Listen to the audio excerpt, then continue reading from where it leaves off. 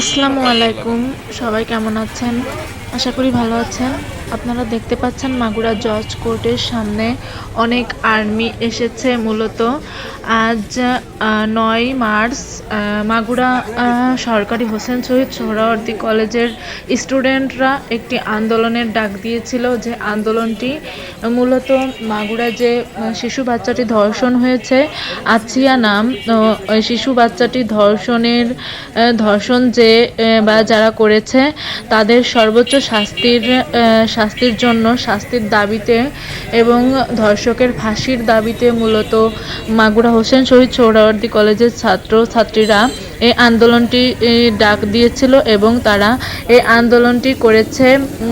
ভাইনা প্রথমে তারা আন্দোলনটি করে এবং তারপরে দ্বিতীয় আন্দোলনটি তারা কোর্টের সামনে করে এবং তারা বিচারকের কাছে প্রশ্ন করে যে কেন এখনো ধর্ষকের শাস্তি হচ্ছে না, কেন এখনো ধর্ষক সুস্থ শরীরে সশরীরে বেঁচে আছে, কেন আমার বোন আইসিইউতে কষ্টরত অবস্থায় আছে, মৃত্যুর সাথে পাঞ্জা লড়ছে। অবশ্যই ধর্ষকের খুব দ্রুত শাস্তি যেটা আমরা চাই, ফাঁসি হোক, খুব দ্রুত সেটা কার্যকর করা হোক।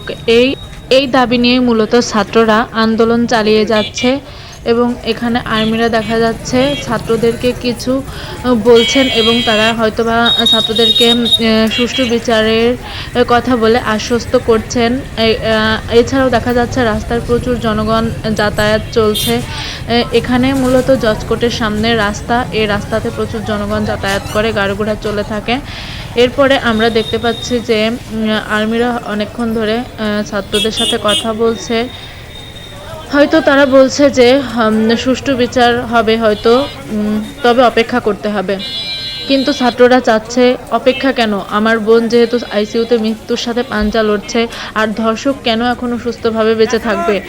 আমরা চাই খুব দ্রুত ফাঁসি কার্যকর হোক। ছাত্ররা এই দাবি নিয়ে এসেছে এবং এই দাবি নিয়ে হয়তোবা আর্মিদের সাথে কথা বলছেন। এখানে আর্মির কয়েকটি গাড়ি এসেছে, কয়েকটি গাড়ি ভর্তি করে আর্মিরা এসেছে।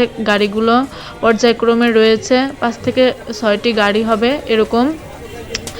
এরপরে দেখা যাচ্ছে তারা তাদের কথা শেষ করে এদিকে আগাচ্ছে। এখন হয়তোবা যে যার গন্তব্যে পৌঁছাবেন।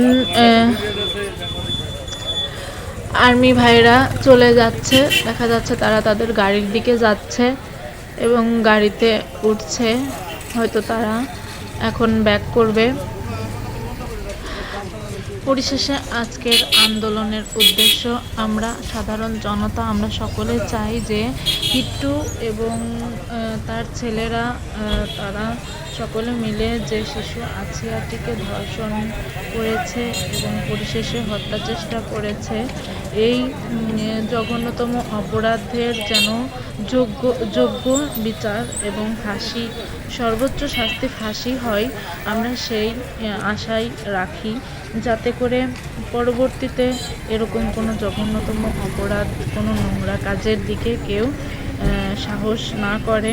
আমরা মাগুরাবাসী চাই যে এই অপরাধীর যাতে করে পরবর্তীতে এরকম জঘন্যতম নোংরা অপরাধপ্রবণমূলক কাজ কেউ কখনো করার সাহস না করে এবং করতে না পারে।